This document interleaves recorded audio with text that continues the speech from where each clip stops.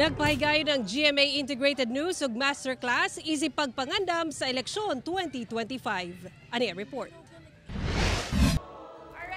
Alang sa mas halapad nga kahibalo sa umaabot nga eleksyon 2025, gipailawom sa GMA Masterclass Road to the 2025 Elections ang mga magsisibya og staff sa GMA Integrated News.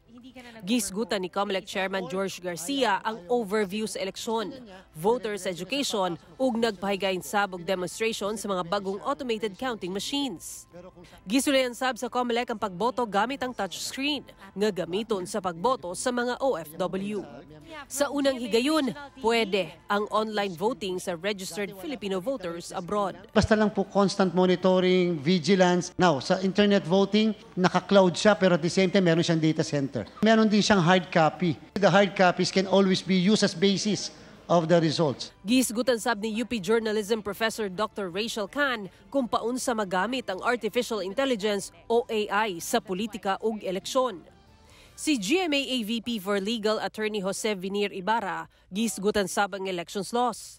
Gitulo sab nila Media AVP for Information Technology and Data Privacy Rodel Arenas ug Social Media Manager Audrey Domasian kung paunsa ma-detect ang deepfake ug online disinformation gamit ang nagkadiyang tools sa artificial intelligence o AI detection.